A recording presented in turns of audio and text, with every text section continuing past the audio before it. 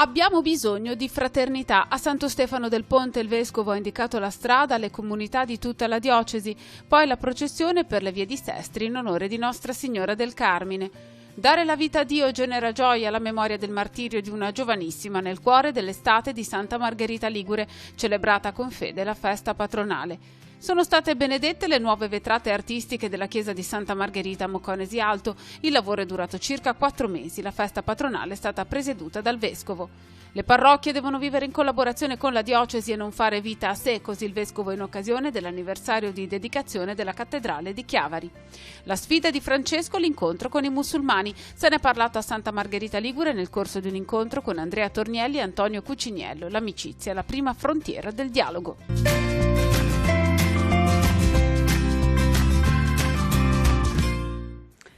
Benvenuti a Noi Chiesa, la nostra trasmissione dedicata alla vita della diocesi di Chiavari, un'ampia puntata dedicata per la maggior parte alle solennità patronali che in questo tempo estivo punteggiano la vita delle nostre comunità parrocchiali, ma un approfondimento lo dedicheremo alla vita dell'Unitalsi e al prossimo pellegrinaggio che sarà organizzato a Lourdes all'inizio del mese di settembre e poi un ulteriore approfondimento relativo al dialogo fra cristiani e musulmani. Ma andiamo con ordine, iniziamo con la festa di Nostra Signora del Carmine che come tradizione è stata celebrata con particolare solennità nella parrocchia di Santo Stefano del Ponte a Sestri Levante, ma ha coinvolto idealmente tutta la città di Sestri. Le strade come tradizione sono state percorse dalla tradizionale appunto processione penitenziale che ha avuto inizio appunto dalla parrocchia di Santo Stefano del Ponte, nella quale la Santa Messa è stata presieduta dal Vescovo diocesano. Vediamo.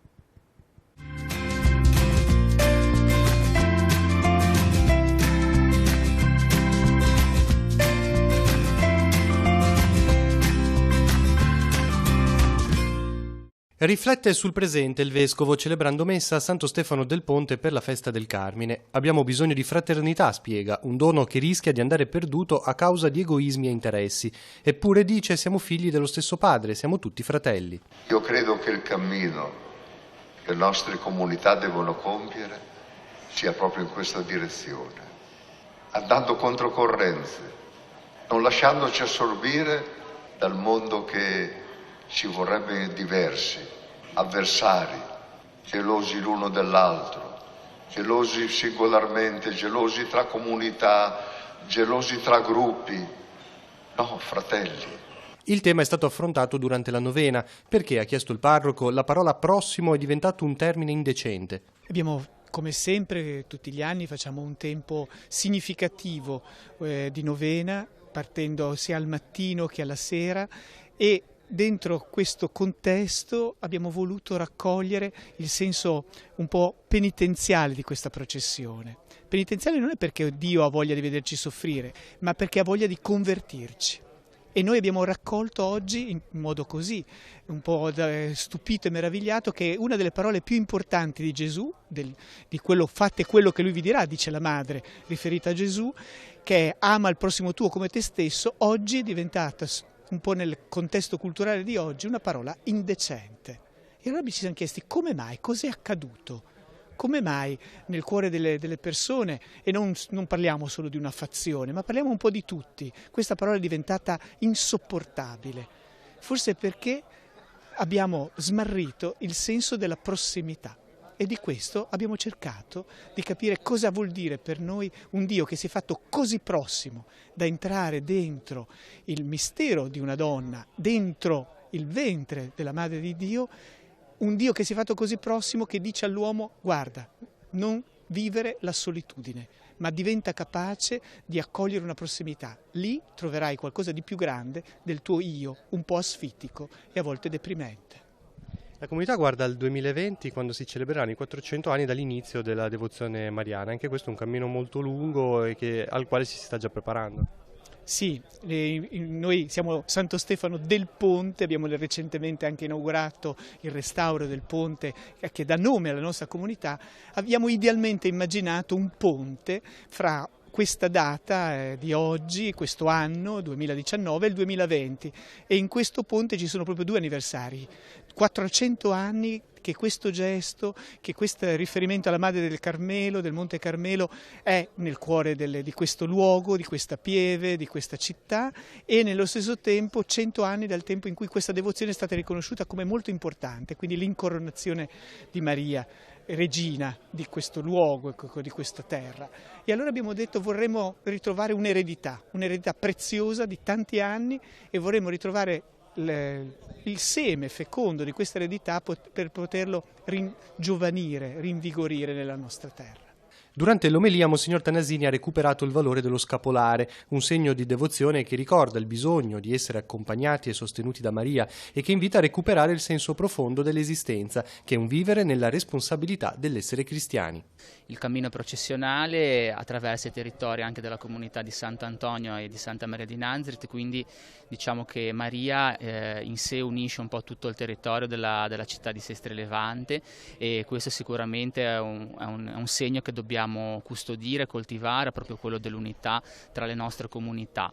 E poi appunto ci sono tante realtà, la compagnia della Madonna che si fa carico da tanti anni poi anche del trasporto dell'arca, la confraternita di Nostra Signora del Carmelo che trasporta 3 splendidi e grandiosi crocifissi, e poi ci sono i bambini della prima comunione, i piccoli bambini vestiti da angioletti, tanti segni anche esteriori di una partecipazione corale da parte di tutta la nostra comunità a questo momento di festa nel segno di Maria.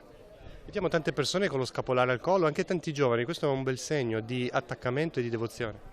Sì, è un segno, diciamo, che forse si sta anche un po' riscoprendo dopo che era stato dimenticato. C'è tanta gente che appena arriva qua sul sagrato appunto va a cercare chi distribuisce lo scapolare, se lo mette subito indosso. Questo è un bel gesto, però penso che sia poi importante anche riuscire davvero tutti i giorni della nostra vita a vivere veramente quello che è il messaggio dello scapolare, non che sia quindi solamente un gesto, diciamo, esteriore, ma che da esteriore poi diventi un qualcosa che nella nostra quotidianità segna il nostro cammino di cristiani e di fedeli. Il 2020, il 400esimo, ci state già pensando a cosa fare?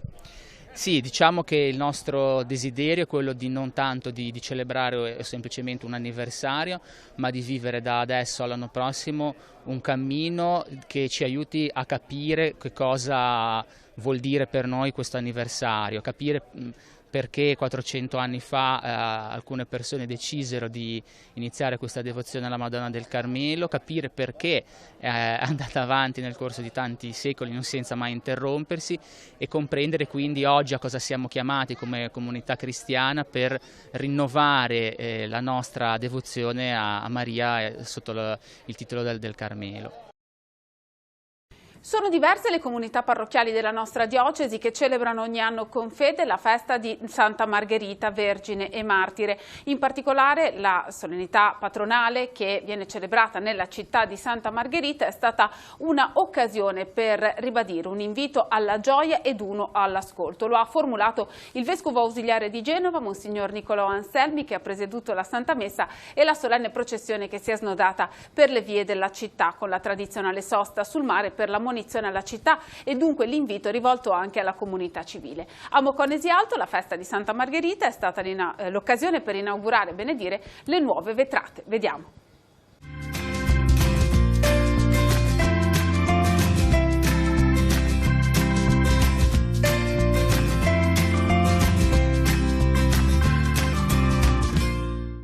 Santa Margherita martire, dunque testimone, ci richiama alla testimonianza quotidiana di ciascuno di noi. La morte di una giovane martire dei primi secoli del cristianesimo è al centro della festa patronale della città di Santa Margherita Ligure. Celebrata con fede ogni anno nel cuore dell'estate affollata, la memoria liturgica del martirio di Margherita di Antiochia può essere occasione di grande gioia. Lo ha spiegato nella messa solenne il Vescovo Ausiliare di Genova, Monsignor Niccolò Anselmi. Gli agiografi dicono tutti che i martiri morivano cantando, insomma il martirio sembra una cosa triste, ma in realtà è una cosa gioiosa, perché io penso, anzi anche dalla mia esperienza, che vivere e morire per il regno di Dio sia una delle più grandi gioie che uno possa sperimentare, sentire che Dio opera attraverso di noi, essere suoi collaboratori per costruire così questa così la festa del suo regno, dell'amore sia una sensazione stupenda. Ecco.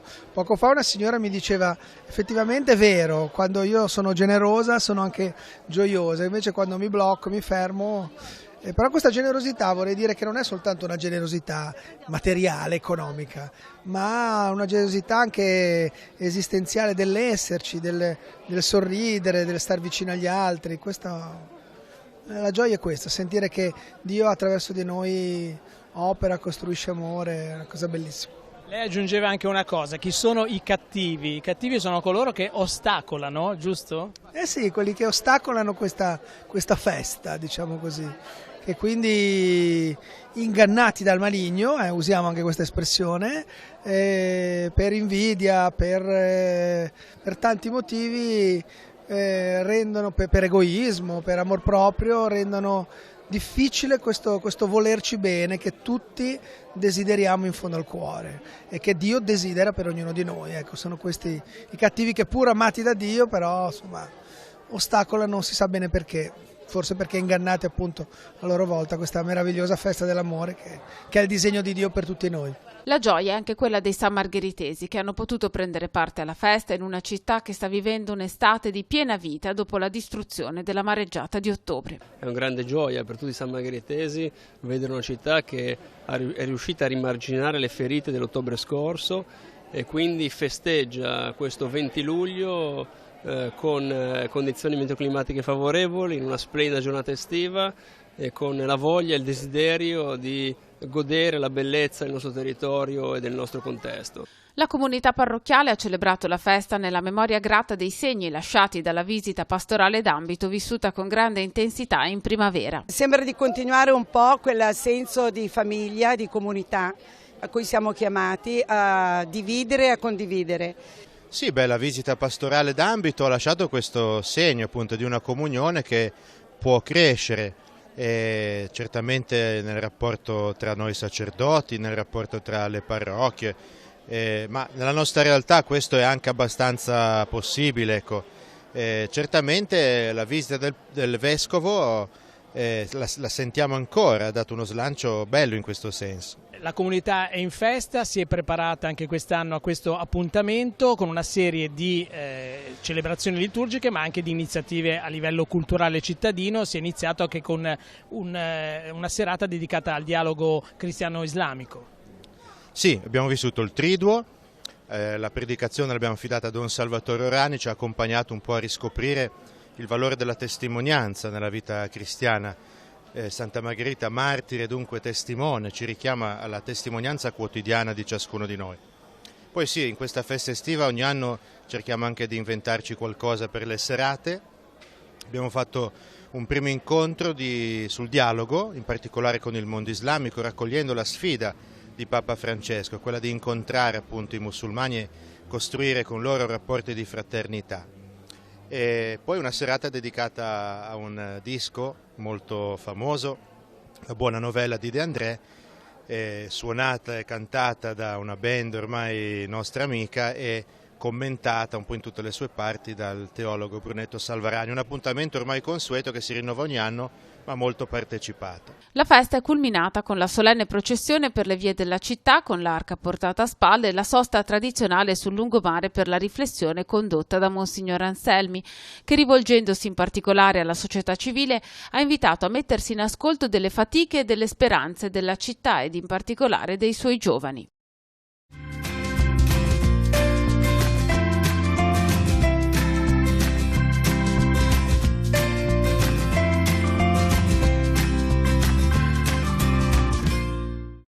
Vale la pena rinunciare a tutto per far parte del regno di Dio. Presiedendo la messa a Moconesi Alto, il vescovo spiega con queste parole il significato del martirio di Santa Margherita. La santa ha dato la vita non perché desiderasse la morte, ha detto, ha accettato che le fosse tolta per non rinunciare all'amore di Dio che aveva incontrato. La vita è già piena dunque perché non viene tolto ciò che è prezioso, ossia appartenere al regno di Dio. Di qui la domanda di Monsignor Tanasini: la vita cristiana e la coerenza al Vangelo sono preziosi per noi? È la sfida dei cristiani di oggi, sottolinea ancora, di fronte al costante calo della fede. Sei capace di fare delle scelte che ti mettano in coerenza con la vita cristiana, con le sue esigenze, con le esigenze del regno, con la bellezza del regno. Ecco la domanda che ci viene posta oggi e che ci viene posta sempre.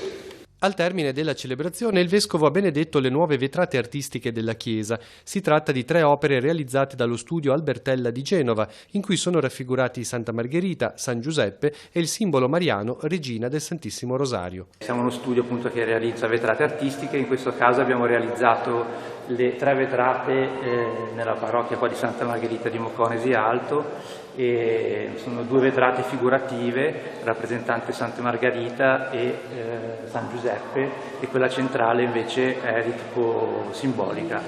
E le vetrate laterali sono tutte dipinte a mano e cotte a fuoco, e un lavoro di 3-4 mesi ci ha permesso appunto di ottenere un risultato direi buono e soddisfacente. Opere dalle caratteristiche diverse, realizzate con tessere trattate a pennello, la tecnica è chiamata grisaglia, e poi cotte nei forni a 630 gradi, la temperatura ideale per la fusione del colore. Infine sono state posizionate e contraffilate con la lega di piombo.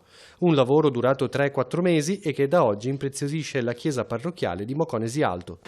E vetrate che veramente l'aspettavamo da tanto tempo, però diciamo che Don Guido è stato poi il promotore, che è quello che ci ha dato sempre la spinta, è lui che ci aiuta in tantissime cose e sinceramente dovrebbe essere lui qua al mio posto a parlare, non io, perché veramente è una persona eccezionale e ringraziamo il Signore che ce l'abbia mandato.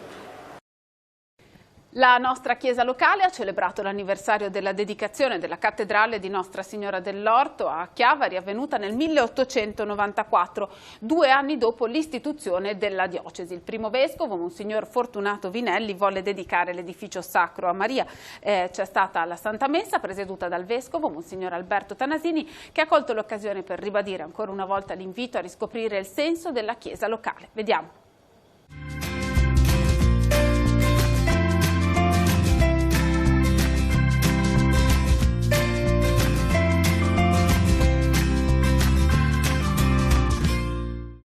La cattedrale è centro e principio della vita diocesana. In occasione dell'anniversario, Monsignor Tanasini insiste sulla necessità di recuperare il senso della Chiesa particolare, la diocesi appunto, che è una porzione del popolo di Dio affidato alle cure pastorali del vescovo. Un vescovo che naturalmente non può essere ovunque, per questo ci sono le comunità parrocchiali, cellule della Chiesa diocesana. Di qui la prima riflessione. Le parrocchie non possono fare vita a sé, nonostante sia questo il pensiero spesso dominante. Non può essere autonoma, come tante volte, troppe volte noi lo concepiamo, una realtà che si contrappone alle altre, che prende le distanze delle altre, che afferma la propria identità nel distacco, addirittura dall'ignoranza della Chiesa diocesana. Questo non è possibile. La seconda riflessione riguarda il legame tra parrocchie e diocesi, un rapporto che va coltivato nell'animo dei fedeli e del clero, ad esempio nella celebrazione comunitaria della messa domenicale. Secondo il vescovo deve essere favorito uno spirito di collaborazione. Bisogna avere la capacità di collaborare con la diocesi, di dare il loro apporto alla diocesi, di allargare nelle stesse comunità parrocchiali questo senso di comunione, di partecipazione, di collaborazione. E tutto questo proprio per il senso della Chiesa particolare. In conclusione, Monsignor Alberto Tanasini invita a riscoprire la bellezza e l'onore di appartenere alla Chiesa diocesana di Chiavari, di cui spesso, conclude, sembra esserci poca consapevolezza.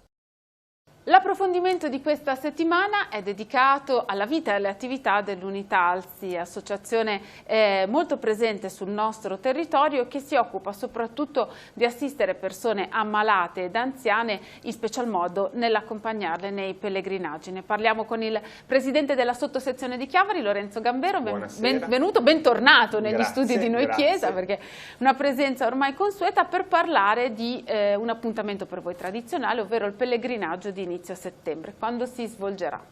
Il nostro pellegrinaggio tradizionale è regionale in treno a Lourdes dal 4 al 9 settembre. ed è un nostro punto fisso, il nostro pellegrinaggio fisso che organizziamo tutti gli anni ed è dedicato a malati, anziani e disabili, persone che comunque non possono raggiungere Lourdes con altri mezzi di trasporto, perché ricordiamo che il treno, nonostante il viaggio sia un po' più lungo rispetto al pullman, è il mezzo di trasporto più comodo per loro e sono appunto i nostri primi ospiti, le persone a cui noi ci rivolgiamo principalmente. Allora, avete sempre alcune persone che tornano ciclicamente tutti gli anni, ma per chi non fosse mai venuto spieghiamo quali sono le modalità concrete con cui si viaggia, eccetera. Noi abbiamo un treno riservato all'Unitalsi, quindi un treno nostro, che parte dalla stazione di Chiavari, accompagnati dai nostri volontari, dai sacerdoti. Noi offriamo tutto sul treno, dormiamo, mangiamo, facciamo la prima colazione e arriveremo poi a Lourdes nella mattinata. A Lourdes verremo poi trasferiti nei nostri alberghi dell'Unitalsi, e da lì comincerà poi il pellegrinaggio a Lourdes con tutte le funzioni e le celebrazioni che faremo presso il santuario. La stessa cosa al ritorno, noi partiremo da Lourdes nel tardo pomeriggio e faremo la cena e il pernottamento e la prima colazione e il pranzo di nuovo sul treno. Il treno è un po' nel nostro cuore, nel cuore di tutti gli unitalsiani, perché è il mezzo di trasporto più bello e che fa vivere il pellegrinaggio proprio nel segno dell'Unitalsi. Ecco, dicevamo che la caratteristica è proprio questa, no? Gli ammalati, gli anziani, le persone disabili insieme ai volontari. Che esperienza è, Lorenzo? Intanto quanti anni è che tu vai a Lourdes? Io sono 9 anni che vado a Lourdes. Ho iniziato per caso, così parlando con un amico che mi ha fatto conoscere l'Unitalsi, e poi io sono rimasto negli anni, ho trovato nuovi amici, nuovi colleghi, e siamo una grande famiglia, una famiglia composta appunto da volontari e anche da malati, da persone anziane che vedono in noi un pochino un punto di riferimento, sia durante l'anno che durante i nostri pellegrinaggi. È un modo, dicevo, per condividere il viaggio stando tutti insieme. Siamo tutti uguali, quando noi saliamo sul treno il dolore magari e la sofferenza di un malato diventa nostro, diventa un pochino una partecipazione al loro sentimento, diciamo così, di malessere. Ed è questo proprio la vera esperienza dell'Unitalsi, del nostro pellegrinaggio. È questo il modo più vero per vivere la nostra associazione. Oggi si tende a cancellare la malattia e la sofferenza, no? È anche un po' l'invecchiamento, diciamo, si tende a sperare, a volere, a desiderare di essere sempre giovani, in forma, e, come dice sempre Papa Francesco, la cultura dello scarto fa sì che chi è ammalato o sofferente venga in qualche modo messo da parte. Ma allora la vostra è proprio un'esperienza controcorrente, mi viene da dire. Sì, è vero, è un'esperienza controcorrente perché tutti siamo malati. C'è chi è malato nel corpo e quindi si vede, e chi è malato dentro, malato nello spirito, e quindi magari cerca un pochino di nascondere la propria malattia interna, diciamo, verso l'amico, verso il parente, verso il familiare. E questi sono pellegrinaggi che aiutano a tirare fuori un po' questo malessere. Quando noi arriviamo di fronte alla grotta, noi possiamo dire a Maria quello che abbiamo dentro. Lei ci capisce, ovviamente tutto l'anno, ovviamente in qualsiasi momento, ma in quel momento lì siamo, come dire, nudi di fronte a Maria, ed è questo anche un modo per noi stessi, per noi volontari, alla fine della giornata, alla fine delle fatiche, perché non nego che comunque è una fatica, è un lavoro, ecco, per noi volontari, ritagliarci un pochino di tempo per noi, per aiutare anche noi stessi, magari confidandoci con un amico, magari confidandoci con un collega, a tirare fuori un pochino quello che durante l'anno abbiamo accumulato. Lo tiriamo fuori con, dicevo, un amico, un collega, ma lo tiriamo fuori anche di fronte a Maria. Ed è un modo, io dico sempre, per ricaricare le batterie e poter andare avanti poi durante l'anno con il lavoro, con gli impegni familiari, è un momento di ripresa, un momento di rinascita. Chi volesse partecipare a questo pellegrinaggio, allora, solo le persone ammalate o anziane o anche nuovi volontari possono iscriversi? Chiunque può iscriversi ai nostri pellegrinaggi. Ovviamente io faccio anche un appello attraverso Telepace per dire ai ragazzi, ai giovani, lo so che non è facile al giorno d'oggi proporre un pellegrinaggio a Lourdes o comunque un pellegrinaggio in un santuario. Io sono andato anche nelle scuole a proporre i pellegrinaggi, non è facile. Io chiedo ai ragazzi di fare questo pellegrinaggio come esperienza di vita, perché è una cosa che veramente si porta avanti, si porta dentro per sempre, per sempre. E quindi i ragazzi, i giovani, gli anziani, chiunque può iscriversi ai nostri pellegrinaggi. Ricordo anche che i pellegrini sono molto diciamo utili, fra virgolette, per partecipare ai nostri pellegrinaggi, perché chiunque può iscriversi, chi non se la sente di iscriversi come personale, può iscriversi come pellegrino, verrà poi coinvolto nelle nostre attività. E quindi è un'esperienza anche per i pellegrini ed è un'esperienza anche per i sacerdoti, per i giovani, per chiunque. Anche perché Unitalsi, immagino, ha sempre bisogno di forze nuove. Questo del pellegrinaggio di settembre è solo uno dei tanti tasselli che compongono il mosaico delle vostre attività, è corretto? Sì, sì. Cos'altro fate durante l'anno? Noi organizziamo principalmente pellegrinaggi e sono i nostri punti fissi. Durante l'anno poi organizziamo alcune giornate, alcune gite in giornata nella nostra diocesi e anche fuori dalla nostra diocesi. E abbiamo bisogno, dicevo, di volontari che ci aiutino ad organizzare questi piccoli momenti per stare insieme, perché dicevo che noi siamo una grande famiglia, però una famiglia che deve comunque vivere tutto l'anno, non solo a spot. E per vivere tutto l'anno e per aiutarci anche l'un l'altro abbiamo bisogno di nuovi aiuti, nuovi volontari. Giovani, dicevi prima, sicuramente perché sono in forze, però oggi ci sono anche i nuovi giovani che sono i nuovi giovani che sono i pensionati, insomma, quelli che non hanno più l'impegno del lavoro quotidiano, ma che ovviamente possono dare una mano, assolutamente. Sì. Quindi anche loro possono essere nuovi volontari. Chiunque può venire all'Unitalsi in base soprattutto a quello che si sente di fare, in base al tempo che ha a disposizione. Noi gli faremo fare qualsiasi cosa. Un punto di riferimento importante è la vostra sede, inaugurata da non moltissimo, tra l'altro a Chiavari, centralissima, vicino alla stazione. Come sta andando questa esperienza di essere proprio sulla strada? Bene, devo dire che abbiamo dei buonissimi risultati. Abbiamo delle persone che si informano, vengono a chiedere informazioni sui nostri pellegrinaggi, sui nostri viaggi, sulle nostre attività, sui nostri progetti. Quindi questo è stato un pochino un punto di inizio, essere fra la gente, avere un po' di visibilità, avere un po' di pubblicità al di fuori, diciamo, della cerchia delle parrocchie e della nostra diocesi. Quindi devo dire che piano piano comincia a essere una sede viva, una sede che apre al martedì e al sabato dalle 9:30 alle 11:30, ma anche a spot durante gli altri giorni della settimana. E per tutti coloro che volessero informazioni su questo pellegrinaggio o sulle altre attività ci si può rivolgere alla sede? Sì. Il nostro numero di telefono è 0185 30 88 15, altrimenti la nostra pagina Facebook o la nostra mail.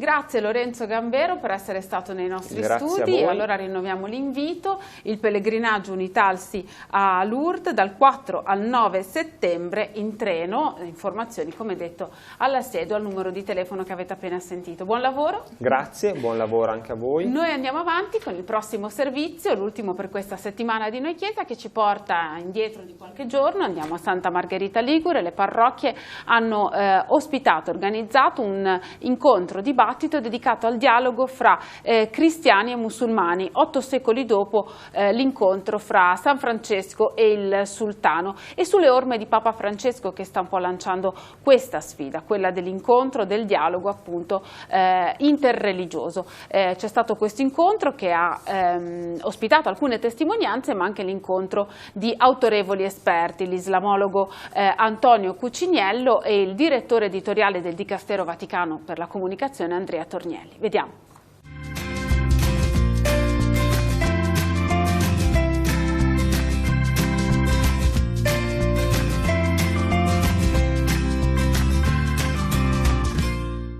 La storica firma della Dichiarazione per la Fratellanza Umana è arrivata in un momento in cui i tempi erano maturi, è stato un salto in avanti compiuto da Papa Francesco.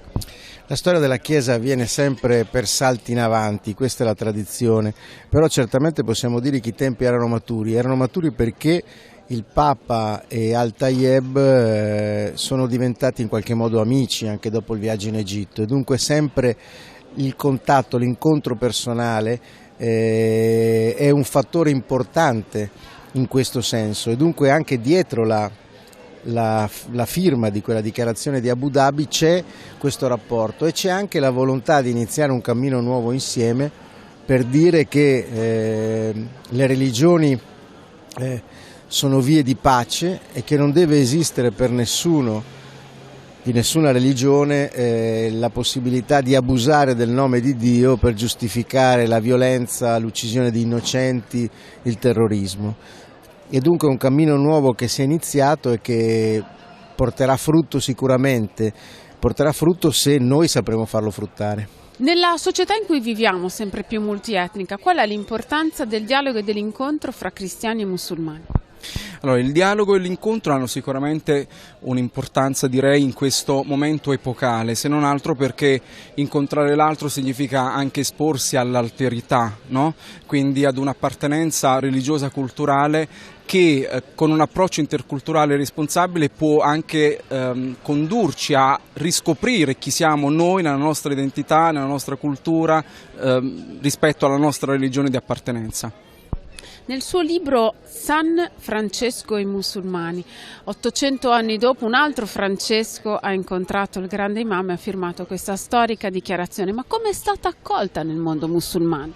Allora, io attraverso questo libro ho voluto proprio in occasione di questo ottocentenario parlare di questo incontro storico ripercorrendo essenzialmente tutte le fonti francescane, però ho giocato un po' sul nome Francesco, quindi Francesco il Santo, Francesco il Papa, perché Papa Francesco appunto sulle orme, scegliendo anche il nome di Francesco da pontefice, ha voluto dare fin dall'inizio un'impronta importante, no? Di apertura e di dialogo e di incontro con la realtà musulmana, ovviamente non solo musulmana ma con l'alterità culturale e religiosa in quanto tale. Il documento, tra l'altro frutto di questo incontro, il documento di Abu Dhabi sulla fratellanza umana, è un documento importante che è stato accolto sicuramente nel mondo arabo-islamico come un documento che sollecita l'incontro e il dialogo, ma è anche un documento importante perché porta la firma non solo ovviamente di Papa Francesco, ma anche della massima, potremmo dire, autorità, rappresentanza, no, da parte del mondo sunnita attraverso appunto la firma dello Sheikh di Al-Azhar Al-Tayeb. Come è stata accolta, dicevamo, nel mondo musulmano? Difficile dirlo perché il mondo musulmano è variegato sicuramente, ma c'è una stima nei confronti di Papa Francesco. Papa Francesco essenzialmente, potremmo dire in maniera così molto diretta, è una persona e quindi ovviamente il capo della Chiesa Cattolica che fin dall'inizio è stato simpatico, no? Se posso dire così, al mondo islamico. Ovviamente questo documento ha confermato la sua apertura verso l'alterità islamica, ma con un'attenzione sempre precisa all'essere umano, perché il documento mi fa piacere ricordare che essenzialmente prende le mosse proprio dalla umanità. Non a caso il documento è un documento sulla fratellanza umana e quindi prima di riconoscersi cristiani e musulmani è importante riconoscersi fratelli nell'umanità. In occasione della solennità patronale di Nostra Signora della Sacra Lettera nella chiesa parrocchiale di San Giacomo di Corte a Santa Margherita Ligure, sabato sera alle 21 la Santa Messa sarà presieduta dal Vescovo Monsignor Alberto Tanasini. La parrocchia di San Giuseppe dei Piani di Ria a Chiavari celebra la festa di Nostra Signora della Salute. Domenica la Santa Messa delle 11 sarà presieduta dal Vescovo. A partire dalle 20:30 invece il canto del Vespro e la processione lungo le vie del quartiere. Ricordiamo inoltre inoltre la Santa Messa in occasione della solennità di Sant'Anna nella parrocchia omonima di Rapallo, che si terrà a partire dalle 18 domenica 28 luglio. In festa anche la comunità parrocchiale di Sant'Ambrogio a Zoagli per la festa di San Pantaleo. Domenica 28 luglio alle 19:15 sarà celebrata la Santa Messa, a seguire la processione con le reliquie del santo e un momento conviviale. Ricordiamo inoltre la solennità di Sant'Anna all'abbazia di Borzone, abbazia di Sant'Andrea di Borzone, alle 16:30 la Santa Messa solenne e la processione, al termine l'atto di affidamento delle famiglie. Alle 18 la meditazione in musica eseguita all'organo. Terminiamo così questo appuntamento settimanale con Noi Chiesa, il nostro viaggio alla scoperta della vita della diocesi di Chiavari. Grazie per averci seguito, ci rivediamo la prossima settimana.